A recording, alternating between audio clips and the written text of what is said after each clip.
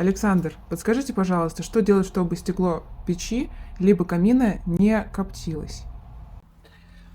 Изначально, конечно, стекла чего коптятся в каминах? Из-за перепада, опять же, температур. Здесь относительно холодно, внутри огонь и выделяется сажа, которая и откладывается на холодных стеклах.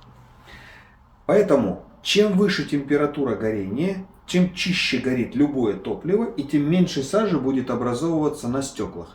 Тем более сажа это углерод, это горючий элемент и имеет свойство выгорать с поверхности стекол.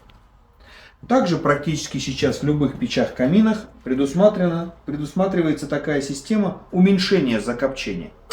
Вот видите, здесь задвижка, сейчас она в открытом состоянии, вот мы закрываем ее. Воздух попадает из помещения и через определенного размера щель обдувает стекло. Тем самым создается небольшая воздушная завеса на стекле, которая как раз таки и препятствует образованию сажи на самом стекле. Был торговый дом Прометей. Обязательно подписывайтесь, ставьте лайки и приходите к нам в магазин.